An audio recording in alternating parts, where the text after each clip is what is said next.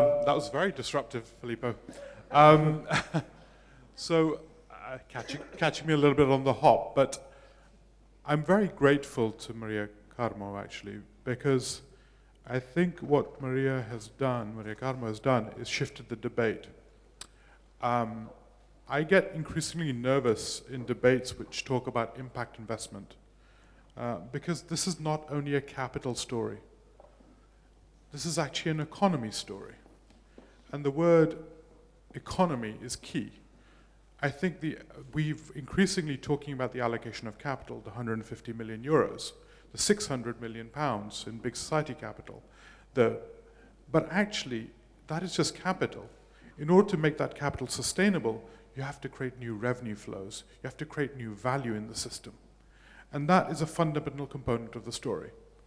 And in a sense, that can only be unlocked, as David was saying, and as Maria said, through reorganizing collective impact and collective outcomes, finding new values in real stories. I'll give you a practical example. So, a housing association invested in the housing stock of an area, improving the energy performance. They thought it would give people more disposable income, better food, other things. Actually, they found there was no more disposable income. They looked more at what happened. People went from living at 13 degrees to 18 degrees centigrade. Where was the money saved? The money was saved in the health service. Now, intuitively, everyone here gets this, right? It's no big issue. But actually, corporately, through a governance, actually how our sectors are organized, that's incredibly difficult to get. It is incredibly difficult for a housing association and a health authority to make a new deal. That is what we're talking about. We're talking about increasing recognition that we live in systems with interdependency. And the interdependency has to be valid in the financing, in the revenue side. So I'm very grateful that Maria Carmo said this is the word economy. We have to be bold enough to recognize this is an economy that's being grown. Secondly, and I think it's very important, why Civic?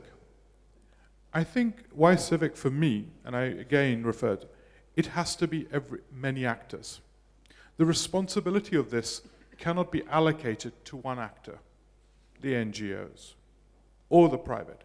Let's see the initiatives. In India, we have a new CSR bill where 2% of net profits will go on CSR. Just to put this in figures for you, that is 1.5 times big society capital every year. Every year, in perpetuity. Huge money flows. So private, why are they doing it? Most of this money is going to be redirected to sustainable supply chains, because they recognize the sustainability of business is reliant on actually building sustainable supply chains. The growth of distressed assets is a key issue for corporates. Then the contribution of other people. Associations. I'm so delighted that we have the Monsignore here, because in a sense, I think the Holy Father, when he came out and said the role of finance for social good is super important. But simultaneously, it is the role of everyone who has assets, human assets, us as individuals, but also assets, buildings, capacity, to contribute, to make sure of their social usefulness. Somebody gave me a great example. He sort of said to me, what would happen if you had to show the usefulness of your assets you held in order to maintain them, in order to keep them? So you cannot just hoard assets. I believe in historic times, hoarding money was seen as an ill. Hoarding assets, we have to put them to use. So I think this is a contribution of many, many people, whether it's the public sector, the private sector, us as citizens contributing our side.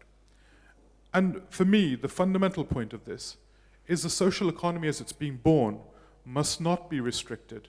And forgive me, I have nothing against JP Morgan, but it must not be restricted to just, and I use the word carefully, just big private capital. It must create an opportunity for the democratization of capital.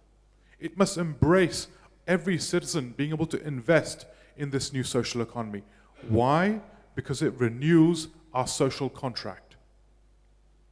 It is about the enfranchisement of everyone in this new possibility.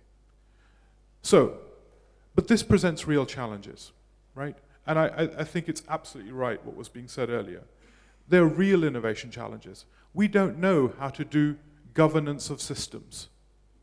We can do corporate governance, but we struggle to deal with governance of multiple corporates and systems. We don't know how to deal with this. Outcome financing and outcome financing is currently just thought of as a method of mitigating risk. It's not. Outcome financing is a method to allow for innovation which is relevant to the context, relevant to Fundão, relevant to Villarreal. Right? It is not about the idea of a state at the center, because a state cannot have enough knowledge to know what is the right activities. It's not a lack of capacity, it's just not possible. Because in a rapidly changing world, in a highly dynamic world, it is impossible for any centralized idea to be able to know what activities are relevant in those towns and villages and cities. So outcome financing creates the space for innovation which is relevant. And this is an exploration, we're just beginning. So, on one hand, we have a challenge of governance, which we don't know yet. Two, we have to create the frameworks of outcomes in ways that we haven't really invented. And I think three, and I think Maria Carmo said this very clearly, this has to be a movement of change. Why? Because we live in something which is very precious, called a democracy, where no single person can drive change, though the capital holders may try to. They can't. We live in a multi-stakeholder world where many, many actors only together can drive the level of change we want to see. We have to embrace this complexity, not run away from it, not try to hide away from it, but actually embrace this multi-stakeholder reality. And that is why things like movements are very important. Movements are about organizing people with shared missions to drive change. So, in my view, I think first I will sum up, and thank you for catching me on the hop, Filippo, but this notion of the civic economy, just those words, are enough for us to think more fundamentally about the conversation that's being asked of us and the values that we have to bring to the table. I think it's extraordinary to see the actual representation on this podium and also in this audience. And that is absolutely relevant. It cannot be done by just one aspect. I'm honored to be here, and thank you, Maria, and everyone else.